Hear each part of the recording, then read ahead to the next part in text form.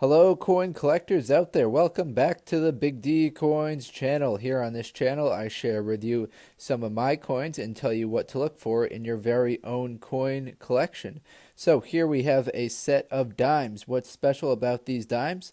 They're all 90% silver. So we have some Roosevelt dimes right here. These are all pre-65 Roosevelt dimes, some Mercury dimes, and one Barber dime right here from 1915. So this video is going to be about the value of the Mercury dimes. So let's get into it. Let's weigh some of these and see where it takes us. All right, so we have two dimes right here. They should weigh 2.5 grams each for a total of 5 grams. And my scale says 4.95. So that's pretty close, I guess, enough to continue with the video. So let's get all of these on the scale. So this is just demonstrated to show you how valuable these 90% silver coins can be. They can really add up in value, even though that they're pretty small, only weigh 2.5 grams. That can add up. People hang on to these for junk silver as they are 90% silver.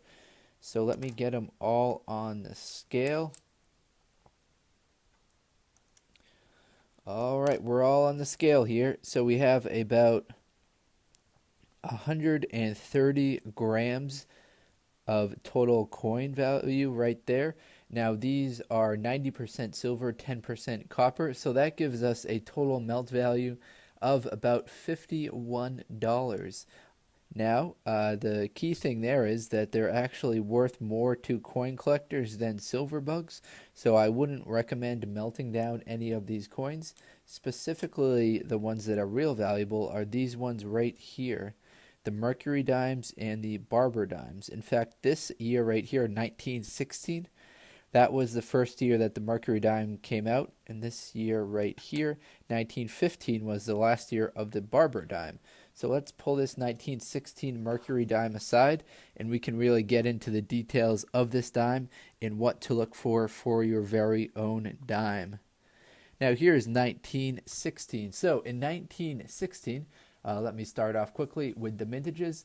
There were 22.1 million of these made at the Philadelphia Mint. However, where the real money is at the 1916 dimes from the Denver Mint. Those ones are very rare. There are only 264,000 of those made. And I want to point something else out to you.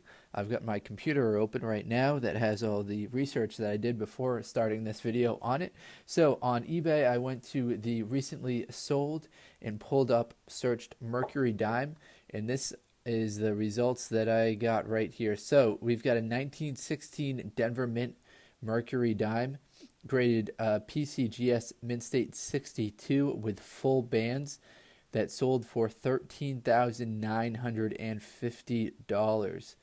Holy smokes! So that's on the recently sold. You can get to that by doing the advanced search, and then searching Mercury dime. That's what I did, and then sorted price, shipping, price plus shipping, highest first. So that's the most expensive Mercury dime that is sold on eBay in the last, I guess, recent period. However, the real expensive coins are going to be sold at famous auction houses such as Heritage Auction or some other auctions like Stacksboro's auctions. Those are where super valuable coins go to be sold. So I have this 1916 Mercury dime right here. Unfortunately, it is not from the Denver Mint. So it's significantly more common than the one that was just sold on eBay, which I just showed you. So this is my Mercury dime. You can see it is in quite rough shape, but what your Mercury dime needs to have is, if you let me use this one as an example. So this is where the mint mark appears on the Mercury dime, right down there, S for San Francisco. You're going to want to see a D on yours for Denver to get that super rare 1916 Denver Mint.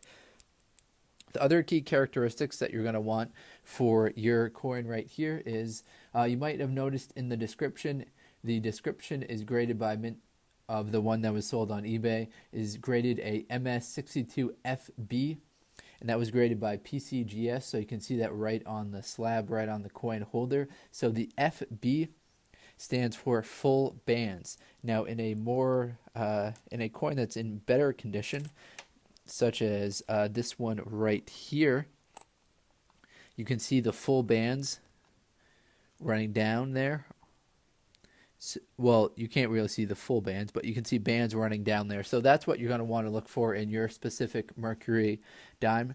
You've got bands that are running vertically here, and you've got straps or ties that are going across there. You got 3 of them, one at the top, middle, and bottom. So those ties, there should actually be a little bit of space in between them.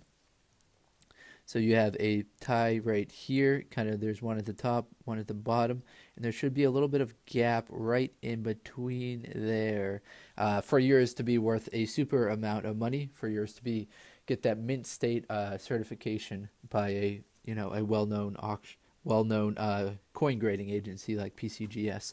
So that's what to look for. You can also see at the top here, we've got an axe. That's a pretty cool feature.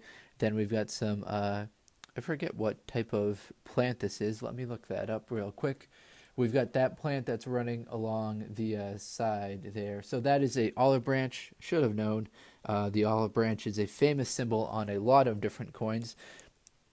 So those are the key characteristics to look for. Let me talk a little bit more about the coin itself. So the 1916 Mercury dime.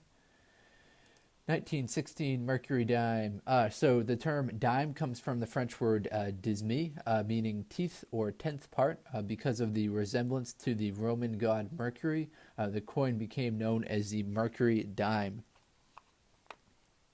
So originally it was known as the Winged Liberty head. So we've got Lady Liberty right here, and we've got this winged hat that Liberty is wearing. People then kind of realized the resemblance, as I said, to the Roman god Mercury and called this the Mercury dime. So it's 90% silver, 10% copper. On the reverse, you see Roman fasces, which is just another name for the kind of the column or the pillar that's in the middle there. So that's what's known as the Roman fasces, with a bundle of rods, which are the olive branches going around the outside, the center rod being an axe. And on the obverse is the Winged Liberty head. So that's what we're looking at right here. So it's 2.5 grams, 90% silver, 10% copper.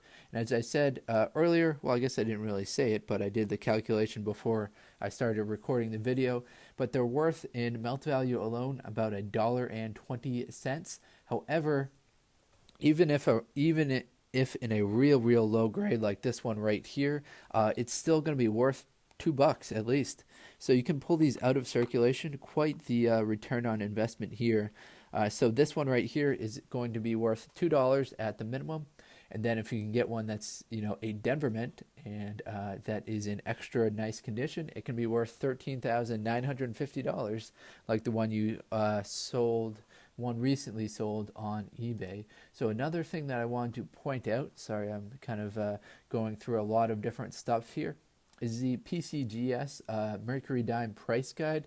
Now the PCGS Mercury Dime Price Guide has those gradings of Mercury dimes, but they go into the much nicer details. So that one that sold on eBay was a mint state 62.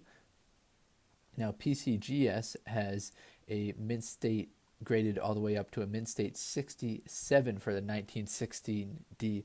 Now you wouldn't believe the price on that. So let me just show you in case you don't believe. So we're on the PCGS price guide right here for Mercury dimes.